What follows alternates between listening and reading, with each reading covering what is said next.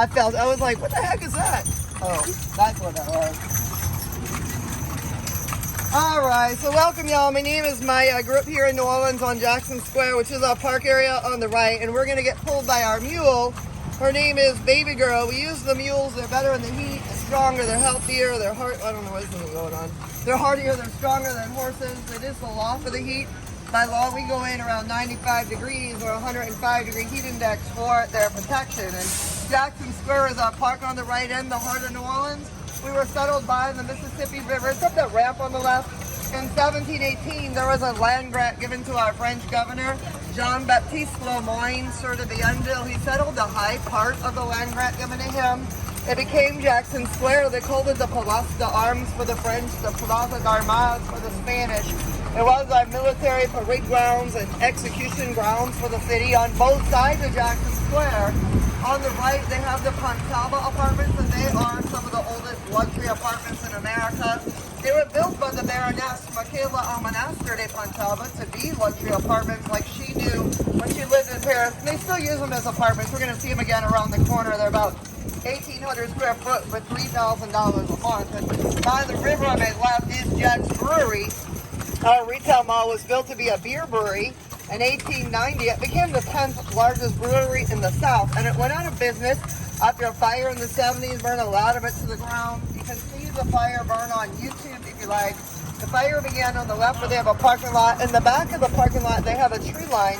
That is Waldenburg Park. It was built in 1989 on old industrial wharves.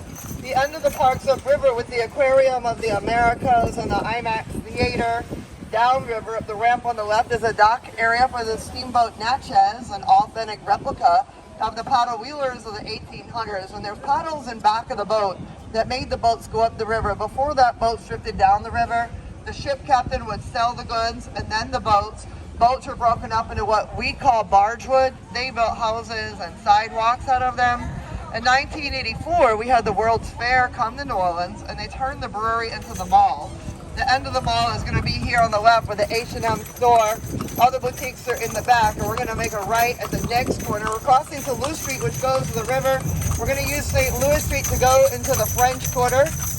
On the way, there's some restaurants around this intersection, including the oldest microbrewery in Louisiana. The Crescent City Brew House has good food and beer and a balcony upstairs where you can dine. In front of us is a sign for the second oldest restaurant in New Orleans, called Two Jacks Restaurant, which dates back to 1856, and it was opened by the river and Jackson Square at first to feed the ship captains and dock workers and socialites of the day. In front of me in the fork of the road, they have a statue of the city's founder, Jean-Baptiste Lemoyne, Sieur de Bienville, who founded the city in 1718. So 2018 was the tricentennial year. And St. Louis Street here has on the right Johnny's Po' Boy restaurant, which has a good breakfast, but is famous for the local sandwich called the Poor Boy, which is meat on French bread. It was invented in New Orleans in 1929 as a way to feed striking streetcar conductors. A restaurateur by the French market would feed the guys for free. They would go in the restaurant, the owner would yell in the back, "Here comes another poor boy," and they put the bottom of the roast beef pot, the meat and the gravy on the old French bread, so roast beef and gravy po' boys are still popular. On the left coming up is the New Orleans School of Cooking. It's a great place to learn New Orleans cuisine. Take the class, eat the food at the end. It includes all your beverages, including a beat of beer. They call it the best three-course meal deal around. And then on the corner on my right with the cupola on top is Napoleon House. That was the home of the mayor, Nicolas Girard.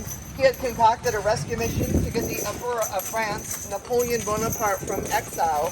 They found out he had died 3 days before they went to get him, so it is a good restaurant now. On my left, they have Pierre Masparo's restaurant, originally Masparo's Exchange. That was a slave exchange and auction house, and they said Andrew Jackson and the Pirates won the Battle of New Orleans in the office upstairs. Across from it on the left is the back of our Supreme Court building of Louisiana, which was built in 1890 for $1 million, and they would run out of money. They made the bottom floors marble, the top terracotta that was cheaper. There was a state courthouse until the 50s, the Wildlife and Fisheries Museum in the 70s. Hollywood had it in the 80s. They filmed JFK, Pelican Brief, and the Runaway Jury movies in it. In 2004, they made it the Supreme Court building of our state, We are one of the few states in the nation to have our Supreme Court outside of its capital city. Maine and California are the other two. On my right is the New Orleans Pharmacy Museum, the site of our first licensed pharmacy in the U.S. It's a medical museum today. They have jars in the front window filled with the color red. That had been a warning system to keep people inside during many epidemics like malaria, cholera, yellow fever, dysentery. They thought if you were inside, you'd be safe from all the disease. It was the filth of the city and the mosquito. Mosquitoes could breed everywhere. They had swamps around the city. Behind every building in the courtyards were cisterns. They caught rainwater as fresh water for the families. Mosquitoes bred there too. They are responsible for yellow fever, our worst epidemic, which killed almost 8,000 people. In 1853, other cities would call us the city of the dead because of it. Even though they had yellow fever, our epidemics were deadlier than theirs. We're going to go up here to Jackson Square. It has in front of us the St. Louis Cathedral, built in 1794. It's on the site of two earlier churches. The first church up here blew down in a hurricane in 1723. The second one burnt down in a big fire on Good Friday, 1788. That fire destroyed most of the city, 856 out of 1,100 buildings. Everybody that died was buried outside of town about 7 blocks to the left where they have our cemetery, St. Louis number 1, which is the oldest cemetery in New Orleans, which began outside of the town as a mass grave site. Up ahead, Jackson Square is usually busier on the weekends with artists, musicians, performers, and vendors. They operate around the park. Overlooking everything on my left, the red building is below. It's a restaurant owned by the Brennan family, which has 13 of the best restaurants in New Orleans, including Commander's Palace, Mr. B's, and the Palace Cafe. It is built into our oldest theater, Le Petit Theater du Vieux-Carré. Was built in 1919 by local actors, the drawing room players. They wanted a centrally located theater. They built it in the heart of town with their own money, and it operates as a theater around the corner over here. Coming up is our Cabildo. Our old city hall is now our Louisiana History Museum. They have an office upstairs where 2 parts of the Louisiana Purchase took place in 1803. Downstairs are cannons that were in the Battle of New Orleans. And the star exhibit for our Louisiana History Museum, which is here on the right today, is Napoleon Bonaparte's death mask, which his doctor had made and donated to the city. Behind it, the white building on the right was the prison, and later the arsenal. They stored weapons here in January of 1815 during the Battle of New Orleans. Next to that, the brick building was the governor's mansion. During the Spanish period, Governor Miro would live by the jail. It is next to Cabildo Alley. That goes to the church. Alongside the church is Pirates Alley. They said pirates hung out by a church when they got off their boat. On my left, the gumbo shop has good New Orleans cuisine. The Creole cuisine is the food born here from the people, the culture, the recipes, the replacement foods that we had. They make a good gumbo. It is our local stew. They thicken it with a roux. They flavor it with whatever they had.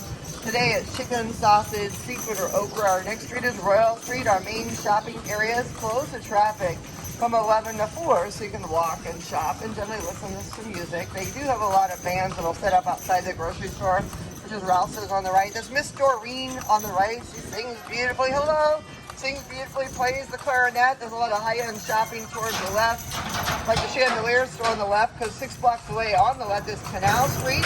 Sorry, it's going to be noisy for a minute.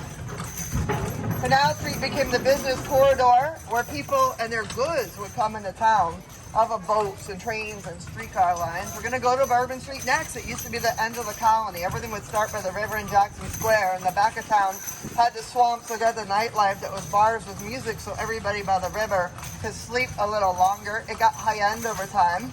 Ballrooms, theaters, the French Opera House. It went downhill when Storyville, the red light district outside the French Quarter, got shut down in 1917. A lot of jazz music, the kind of naughty music, would come in and bring it all down. Today we drink in bars like the pass up Pat O'Brien's. We have Omens on the right. Preservation Hall on the left is our jazz club that was founded in 1961 to preserve authentic New Orleans jazz. You can listen to their music play from, I think, 5 to 11. And they have a new venue on Toulouse Street that they've been using, so they're fixing this one up as well. We're going to make a right on the corner, which is Bourbon Street. It's busier on the left side than down here on the right. gonna quiet down, but there's live music in the bars over here. Bourbon Heat in front of me. Oh, cantina hasn't opened yet on the right. Big place on the corner. There's a nice balcony upstairs.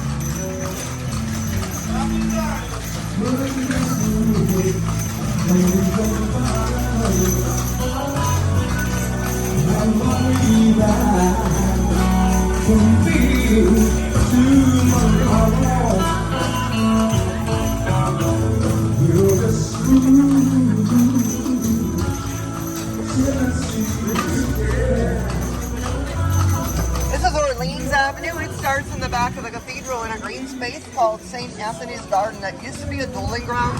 Men would fight over women with swords and knives and what they called honor duels. First blood won the duels.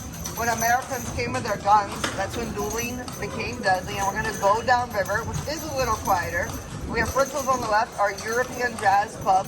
The colony would have started by Jackson Square on the river, and a lot of that land around the Jackson Square area up to Bourbon Street was given the church and government officials. And then everybody else would live back here, and they would fill in the swamp after 1900 because of mosquitoes carrying diseases like yellow fever, and that made more affordable land for merchants and laborers to buy and build houses. Merchants built tall townhouses, laborers built a lot of short buildings. The end of all the houses is where they have a park. The white archway on the left is for Armstrong Park. Neighbor Louis Armstrong, or Satchmo, our local legend and jazz great. In this block, we have a lot of the early architecture styles of New Orleans. They used brick at first from a plantation outside the French, go to the left, and made cottages like the brown building on my right. The French colonial style is the Creole cottage. It's a one-story kind of square shape with a pitched roof facing the street. Inside is an open floor plan of 4 to 6 rooms in the square shape, and your tall buildings were built for merchants to see the river, steering their boats filled with goods for coming into town. They're shaded with balconies 3 to 4 feet wide on the right, or galleries that come over to the curb and have a pole to the ground. They keep the sun off your doors and windows, so your house is cooler here in the summertime. And behind all of the houses, down here on my right, were slave quarters. Slaves would live in the top of a 2 or 3 story tall outer building. Kitchens were on the ground floor. They get the kitchens on the main house in the front, so it's cooler in the front in the summertime. The courtyards in the middle were considered the heart of the residence. They got their name from the French word for the heart, which is la cour, so courtyard. Now across the street in front of us is the Clover Grill, our 24-hour diner. Great breakfast or lunch, hello. Great breakfast or lunch any time of day, especially if you are out late on Bourbon Street. And it fills up really well with some colorful characters, especially the guys behind the counter. No, we're working. They're at Jackson Square where you can pet them. And so, we have another good eater. There's actually good late night spots here, and if you need a haircut in the middle. So the Clover Grill is a 24-hour diner, and then up here on the right is Nola Po' Boys, and they have a good selection of po' boy sandwiches. See the big menu on the back from around lunch, around now, into the wee hours of the morning, so later on in the nighttime.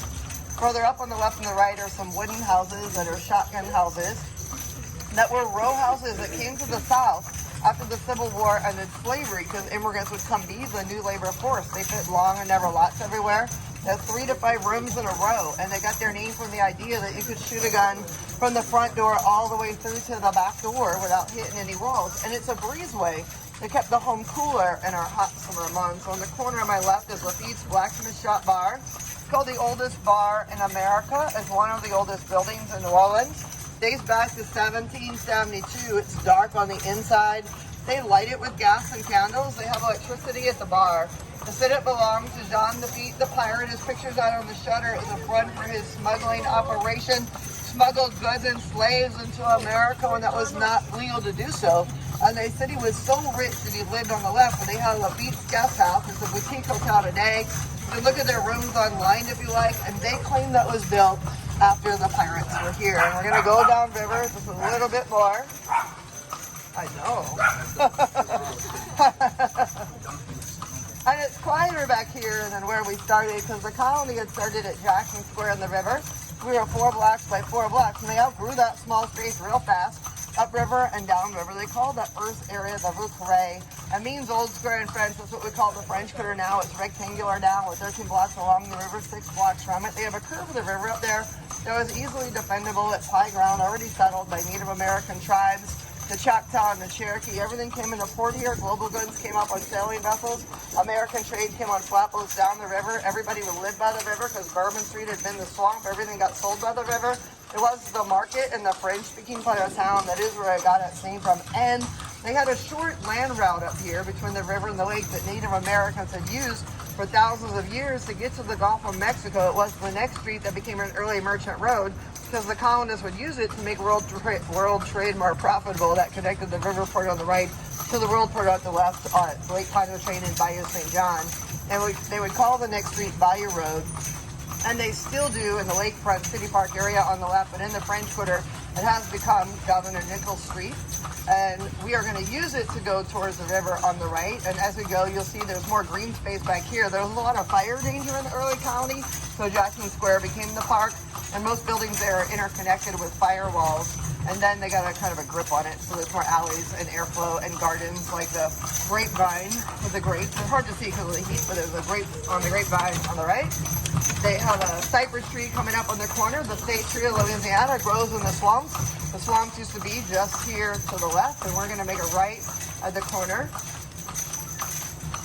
And this Merchant Road would get busy with traffic, so where that car went by, they made a bigger road at the end of town, which is now a border of the French Quarter. 2 blocks up is Esplanade Avenue, which is 3 times as wide and filled with big trees. The shade carriages filled with women, so they were cooler in the day when they were visiting all their friends. And this little road would have a stable on it for the traffic, for the merchant traffic. The white building coming up on the right was built in the 1700s, owned by Judge Prevail. The Prevail stables have a big courtyard that would fit the heavy traffic of horses and carriages coming and going. Stalls were downstairs, drivers lived upstairs. The neighbor house, the yellow house on the right, is Francis Ford Coppola's house, the director and producer of the Godfather movies.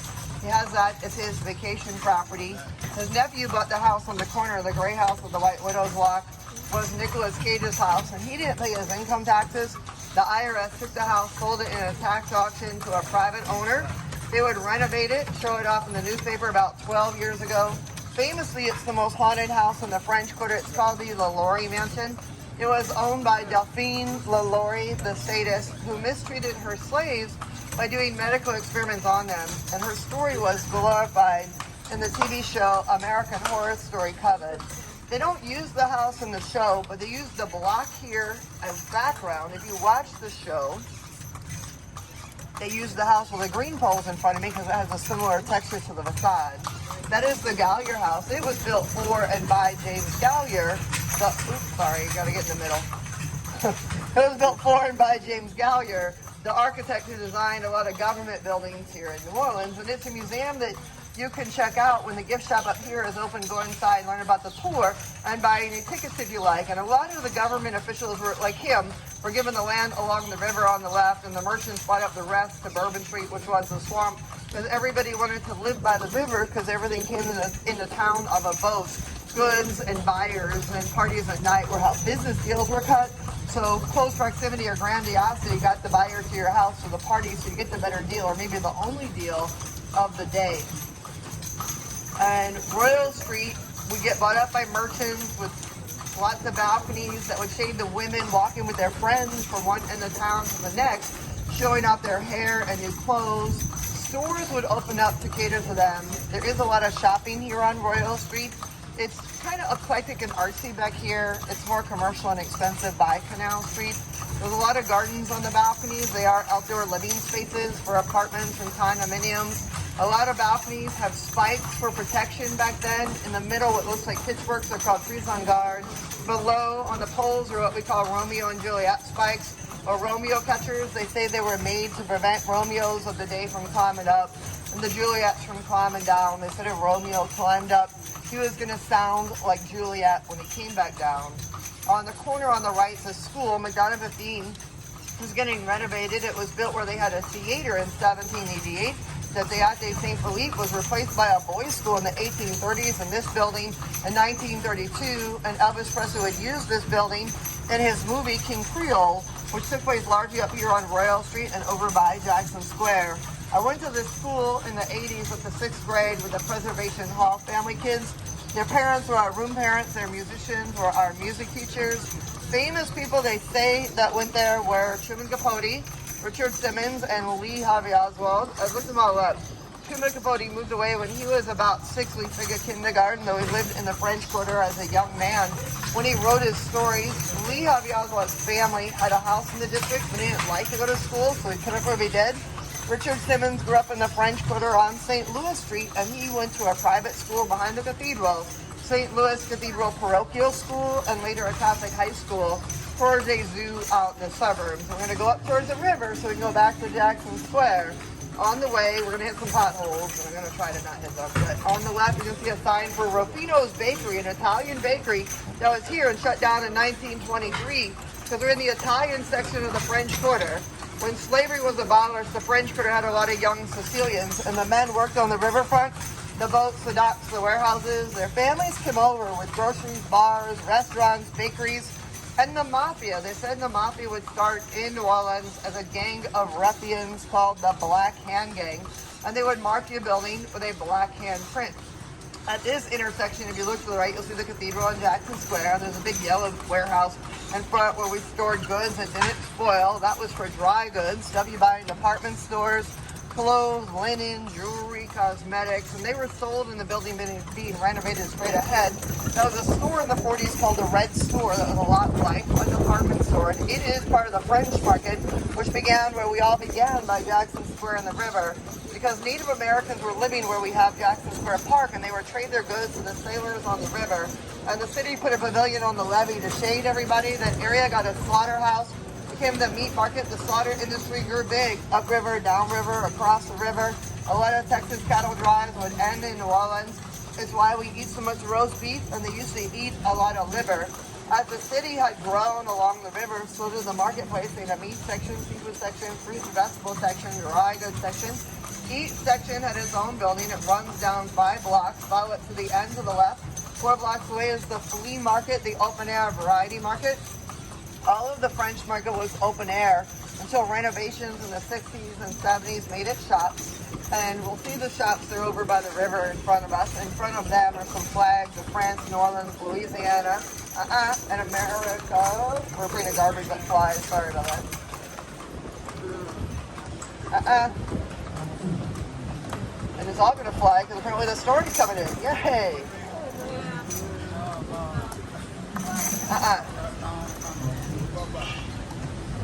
The gold statue in front of us under the flags is Joan of Arc. Jeanne d'Arc, patron saint of Orleans, France, our sister city in Europe. That was a gift to New Orleans from France. It's a duplicate of the statue they have up there. Right side of the road is remnants of the days of the Italians with French restaurant for sit-down Italian food and sandwiches. Further up, talk about a weather change, huh? Further up on the right is Central Grocery. It's being renovated because of Hurricane Ida 3 years ago. They're famous for muffalata sandwiches, which you can get from them next door in Sydney's. So that's the cashier. Made on a round loaf of Italian bread, about 8 inches across. They would fill it with Italian lunch meat, cheeses, and olive salad. Olive salad was a creative way to use broken olives after they were imported into town from Europe. They came in off the boats on the docks on the left. The ground is higher on the left than on the right. We are built on a natural levee from the river overflowing our banks for thousands of years. The French Market began up here on the left in 1816, and now this area is the sugar center. Well, you can kind of see it. I hate to tell you, you can see the rain coming. Go! I didn't do it. They did it.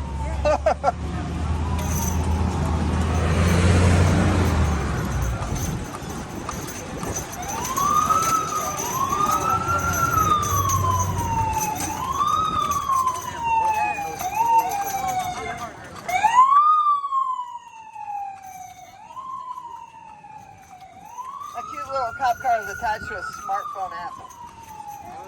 Yeah.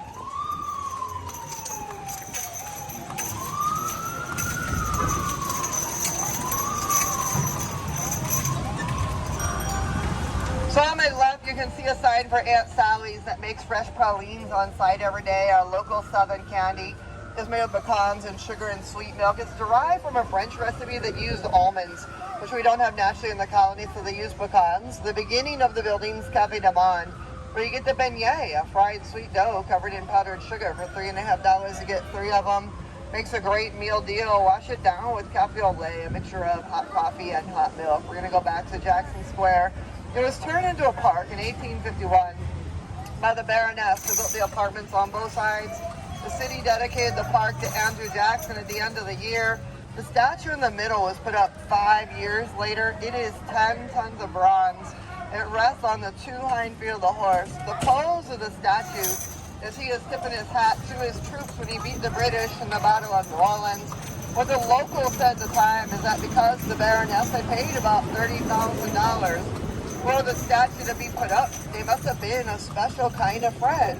They said he's tipping his hat to his lady when she woke up in the morning out of her bed. That's the official end of the tour.